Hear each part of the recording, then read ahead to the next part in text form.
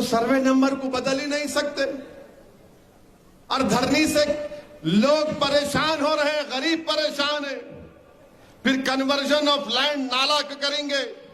ये आपका शेरलिंगमपल्ली, गंडीपेट, बालापुर, महेश्वरम, आपका इलाका, राजेंद्र नगर, केसरा, मलकाजगिरी, यहां पर कीमतें बढ़ गई, नॉन एग्रीकल्चर प्लॉट है, तो इसको बदलना जरूरी है ना।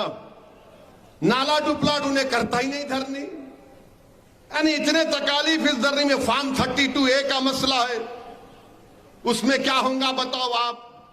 अच्छा, कई इसमें चीजें लिख कर लेकर आया हूं मैं, कई बार लेटर भी लिखा चीफ मिनिस्टर को, अब दोबारा लिख देता हूं।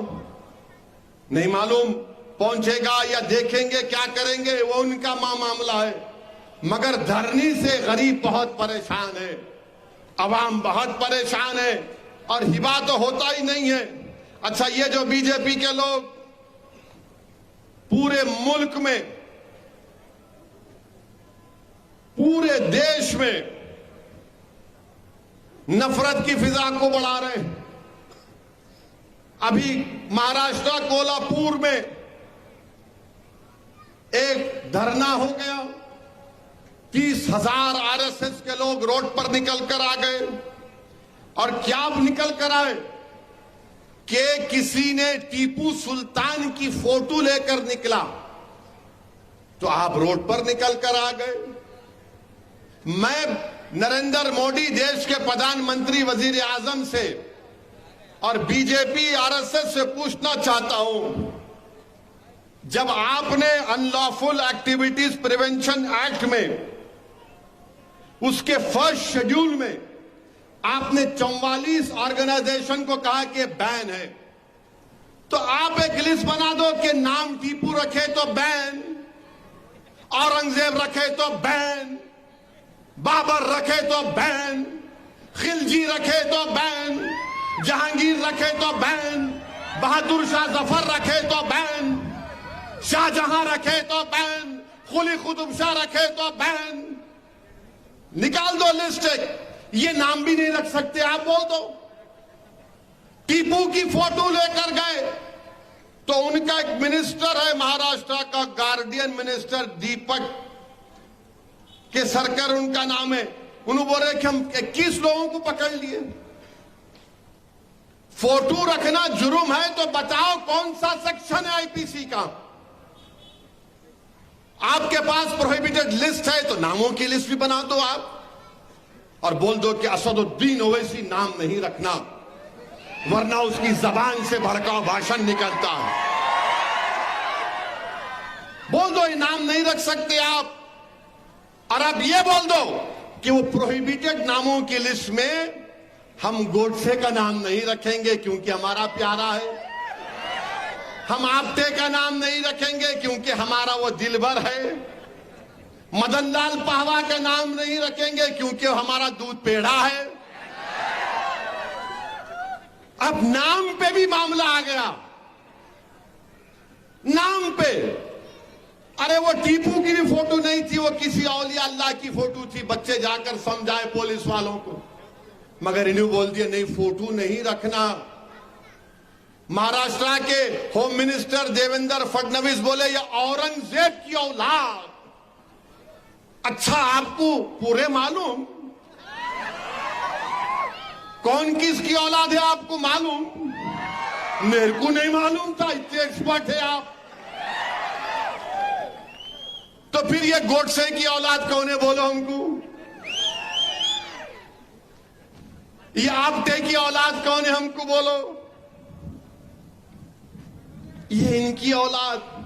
अरे बाबा ये तो बताओ, महाराष्ट्र में आपने हुकूमत ने 50 जलसे करवाए, किसके नाम पे? लव जिहाद के नाम पे। अच्छा, आपको मालूम लव जिहाद पहले कहां शुरू हुआ था? सबसे पहले माने लव जिहाद का मतलब कोई माने झूठ धोखा देना। अब मैं बताता हूं आपको, कल अगर कोई संघी, आरएसएस या अंबेडकर का दुश्मन या मुसलमानों का दुश्मन या संविधान का दुश्मन लव जिहाद बोला तो बोलना अरे चुप, अब सुनो, ये एक आदमी का नाम था आपटे,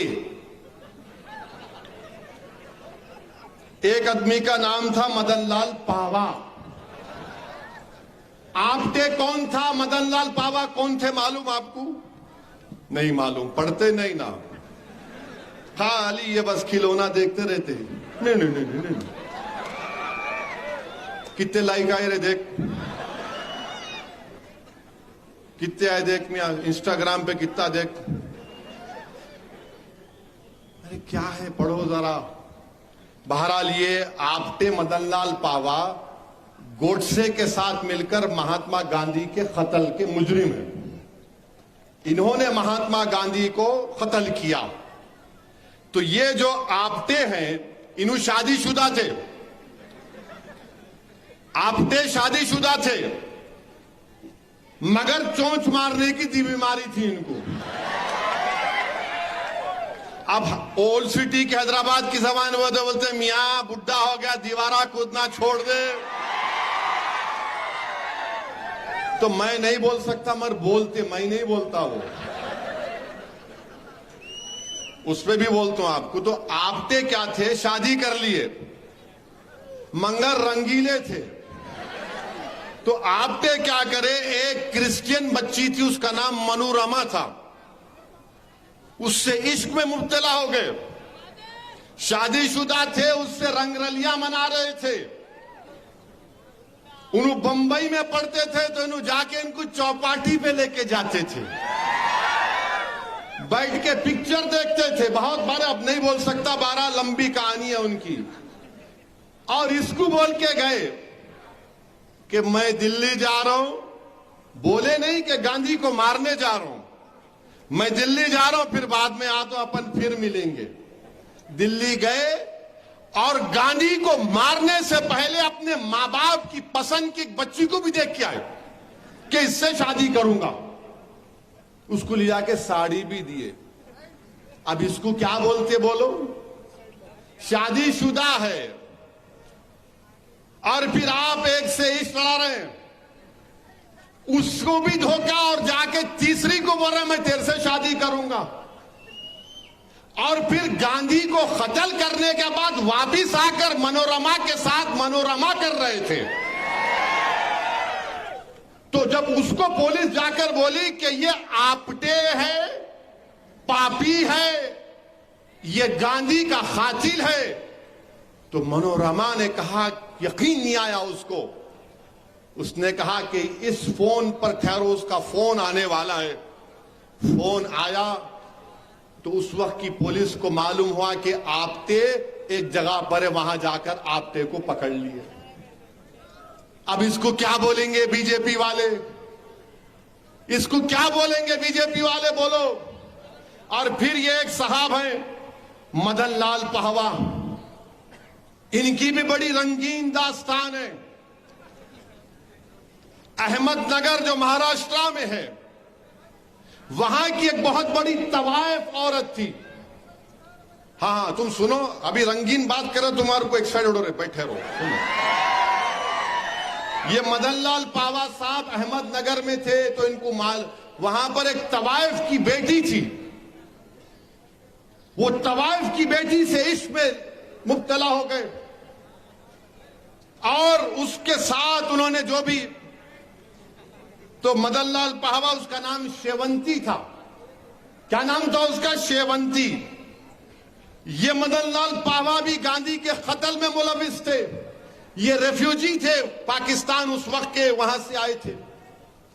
गांधी के कत्ल के बाद जब इनको गिरफ्तार किया गया, तो ये शेवंती, जिसने कसम खाई थी कि मैं तवायफ की तरह जिंदगी नहीं गुजारूंगी, मैं मदनलाल पावा के साथ शादी करूंगी, उसका दिल इतना टूटा कि वो अपनी मां की तरह तवायफ बन गई। ये वो लोग हैं, अरे ये लोग धोखा देने वाले हैं, ये लोग गंदे लोग हैं। और 1988 में शेवंती की मौत हुई। अब आप बताओ, अच्छा ये मदनलाल पावा गांधी के कत्ल में सजा हुई, फांसी नहीं हुई थी, छूट गए, 64 में छूटे, तो 64 में छूट गए तो लैला के पास जाना ना, देखो मैं आ गया। नहीं गए, शादी कर लिए। इन्हों आके हमको आईना दिखा रहे, अरे तुम्हारी तारीख को जानता हूं मैं, तुम्हारा शिजरा खोल सकता हूं पूरा। अब खाली 2 एग्जाम्पल दिया हूं, अगर और दूंगा तो बहुत तकलीफ हो जाएंगी बीजेपी संघ परिवार वालों को।